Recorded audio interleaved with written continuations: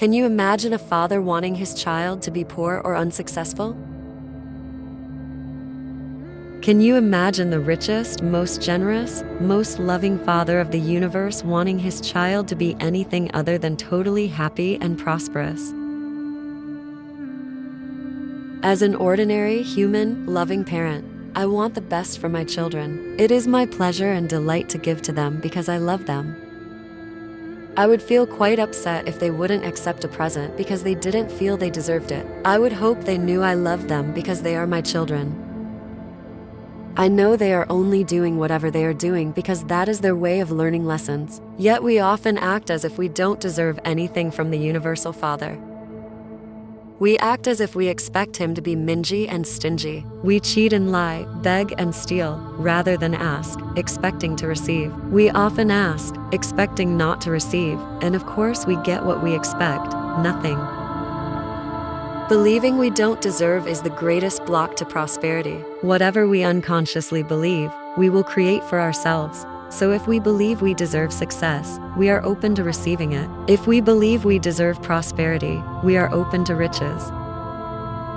It is quite easy to test our belief in deserving. Make a list of things you want, from qualities like success to material things like a new car or house or better job. Then ask a friend to look you in the eye and tell you one at a time that you deserve these things. Notice your body responses, and most important of all, notice your eyes. If they slip away, then you know that unconsciously you don't believe you do deserve. Then it is time to start affirming that you deserve. There may be times when a wise, far-seeing father knows that if he pours riches onto a child, that child will be lazy or will not use his potential. And so he waits for an auspicious time for the child to be ready. So when it best serves the needs of our soul to be rich, then riches flow in. Sometimes poverty serves our highest purpose because it encourages us to put in effort. I know that if I had had plenty of money when I was divorced, I might never have summoned the courage to become a therapist. Because I had to earn a living, I was forced to do the training. I had to find my courage, my confidence, raise my belief in myself, and set up in practice. A neighbor of mine was separating from her husband at the same time as I did. Her circumstances were very similar, except that she had more money and kept the family home. I moved away and lost touch. 7 years later, she came across my name in the telephone directory and phoned me. She told me she was still living in her big house. She was lonely, bitter, and blaming. Her children had left home. She didn't want to take a job. Nothing appealed to her. She didn't want to train for anything. It was too much trouble. She said to me that I am so lucky to have a career. Her voice whined and whinged, and I thanked her for the call and cut the conversation short. It was then that I really could thank the wisdom of the universe for knowing what was best for me at that time. Being poor had served my highest need, and we get what we need, not always what we want. I can now look back and say thank you for it and realize that through difficulty I found strengths, abilities, and talents that I didn't suspect I possessed. So, would you fulfill your potential if you were rich?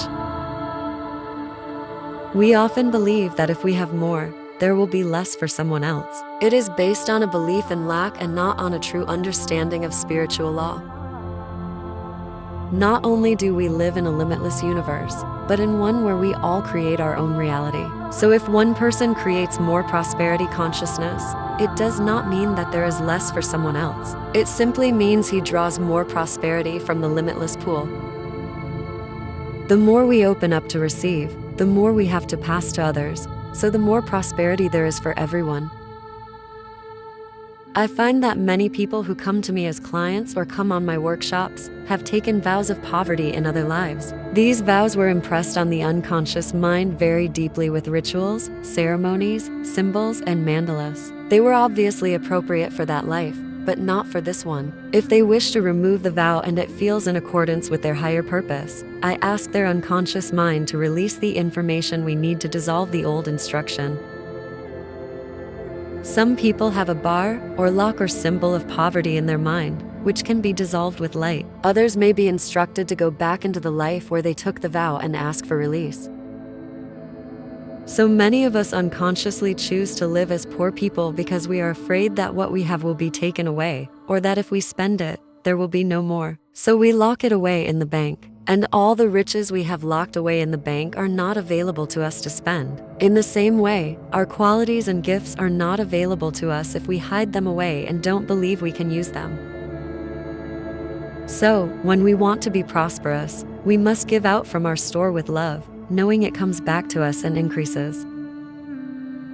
When we pay our bills promptly and thank the universe for the money to pay as we write the check or give our credit card number, then people will pay us promptly and the universe will fill the void in our bank account with more riches. This is the law of flow.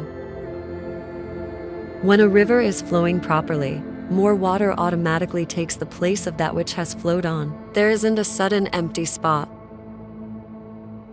Many people resist lack and therefore create it in their lives. The law of resistance says that we get what we resist. It is logical. To resist something, we have to focus on it. Whatever we focus on, we draw into our lives. When Jesus said, "Resist not evil," he was describing the law of resistance, and his words have been generally misunderstood. So many of us resist poverty. People would say they're fed up with being poor, or "I hate not having enough money," or "nothing comes to me." These are negative affirmations, as is saying, "I'm never lucky, our family will never be rich." I heard a beauty the other day where a person said that they were born in poverty and they will die in poverty. We do a wonderful job of imagining poverty and thus attracting it into our lives. A farmer told me that when his crops aren't doing too well, he looks at his neighbor's fields, and if they aren't doing well, he would say thank goodness that it is not just his crops. And if his neighbor's crops are doing better than his, he would feel depressed. I told him not to do that anymore. Constantly bless your neighbor's crops and you will reap benefits beyond your dreams. It is a mark of an old soul that they can be pleased for another's success in the midst of their own setbacks. Bless another and you will reap the blessing. So give to others in your thoughts what you want for yourself, and it will come to you. Wish another ill and you will reap the ill. The law of manifestation is activated by clarity. When we are totally clear about what we want, then it starts to manifest. Most of us have doubts and confusion. The first thing to do is to decide what we want and write it down. Writing anchors it in our consciousness. Then we must ask ourselves, do I really want this? Bearing in mind that if we were clear we wanted it, we would already have it. So it is important to ask ourselves how having it would change our lives. What would we do with it? Would having it mean responsibilities we are not ready for? Through asking these questions, we very often realize that we don't really want that big house we've always hankered after. It might mean employing staff, need constant maintenance, mean our friends would no longer want to know us, mean we would be a further distance from family or friendly neighbors, so there would be no one to pop in. If that is what you like, then we can decide on the medium-sized house we really want and set that goal with clarity.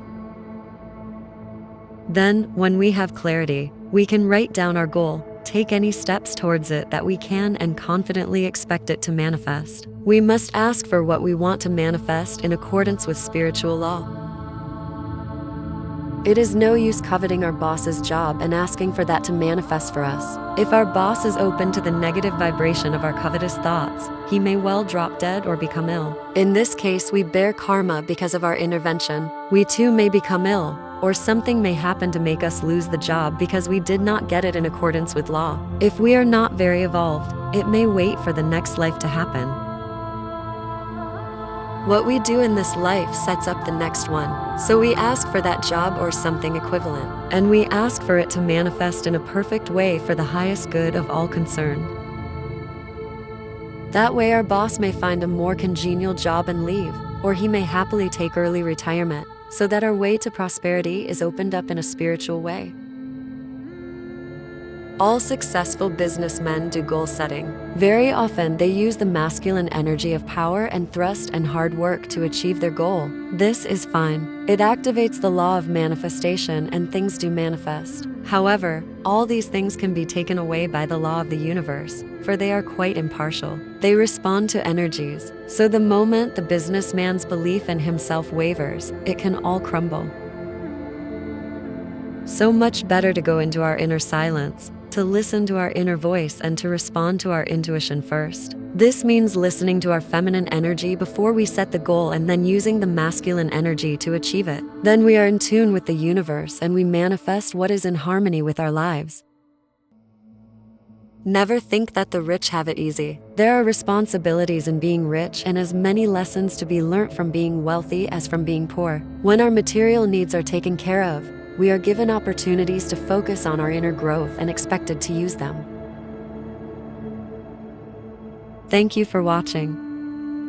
Don't forget to subscribe to my channel, Astral Bee, and to click on the notification bell so you don't miss out on new chapters arriving in the Transformation series. May love, light, and inspiration always find you.